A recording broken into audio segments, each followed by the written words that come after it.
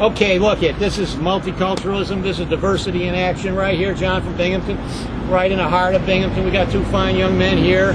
It's the first decent day in a long time. First name only, sir? Hassan. What is it? Hassan. Hassan? Shabir. Shabir? Yes. Okay. So, what does it look like? Looks, well, the day's lovely, and a whole bunch of ladies is out looking at my body. Huh.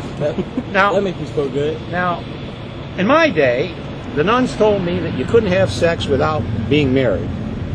I strongly agree upon that because I'm Muslim. Yeah? You know, so that's part of our culture too, is you're not supposed to have it unless you're married. But a lot of people misconstrue, I mean, the meaning of our religion and stuff like that, both religions, Christianity as well as Islam, due to the fact that people give the wrong conception about it. Like you see the terrorists and stuff like that, they blame all Muslims for that like that. Yeah. And they don't do that with the Christians stuff like that, but it's the same thing. I believe it strongly, though, you know what I mean? Now, what about the definition of the word hoe? I'm trying to, now in my day, I remember that in 1969. You know, I used to hear guys going, hey ho, you know, and way back in the Temptations era, you know, before you guys were even born, you know? What's the definition of a hoe?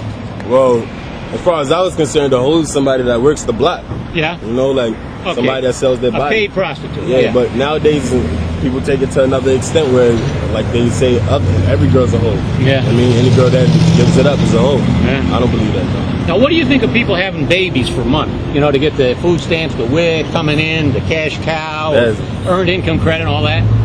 What do you think of people that just have babies for money? I strongly disagree upon that. That's like, I don't know, they're giving life for no reason, basically, to benefit themselves. Yeah. Instead of benefiting the life of a young child. Now, you're practitioners of Islam. Yes, sir. Now, do you believe in the full cover-up, or how do you guys subscribe to that? Well, it's supposed to be you talking about with the clothing and stuff like that. Yeah, I dress like that, like on the regular. Like I just took it off and stuff to exercise or whatever like that. For really, women, like this, you're not supposed to. It's supposed to be expose our body navel like it's supposed to be from the navel. Well, you know, well, yeah. So you're what like about the women? The women see like people, a lot of like non-Muslims, they believe that like the women are dressing too hot in the summertime. But who's not hot in the summertime? There's different cloth and stuff like that, material that's for lighter, that you wear lighter material on a hotter day and whatever like that. You're not hot. I mean, my whole family's Muslim and stuff like that. So I think it's good. It's modesty. It's to, you know, I mean, preserve your body. Now, what do you think of the situation out in front of the high school? There used to be there's all kinds of milling around here. Police have been down here numerous times. They say it's nothing to worry about. It's just a safe block. It's really high school, like they get into fights, and then police come and break it up, and because it's like the high school now is like a place of partying for little kids now. It's not like some people go to learn, but most people go to talk to girls and party, and that shouldn't be the case. You're not of high school age, though, are you? No, I'm 20 years. Graduated, yeah. From here? No, I went to a private Muslim school. That was 37 Brandywine. Where was that? 37 Brandywine. Now, how did you get into Islam? I was born Muslim. My great grandmother's Muslim. All the way up to my great grandmother. Oh, you go way back there, huh? Practice very strong. Yeah. I wouldn't tell you to look to me for a perfect example. You know what I mean, I'm not a perfect example of a Muslim. You know what I mean, everybody stumbles. Well, we all can't be the shining moral example of John from Binghamton. We all, you know, I'm advocating temperance. No Now, there's sex. no drinking. There's no drugs. None of that. None of that. But working out, we do working out. Keep healthy. You got to stay in shape. Hey, look at this. Come on over here. Come on over. We're having a discussion about religion. Come on over. Trying to get the Mormons. Come on over. Are they the Mormons? Yeah. Joe Smith guys. Come on over. Come on. Come on over. You've got the strength of God. Come on. Come on. I know you can. Well, we can't bring them out today. So all right. So where were we? Oh, the women. There's no drugging. There's no drinking. Dietary restrictions.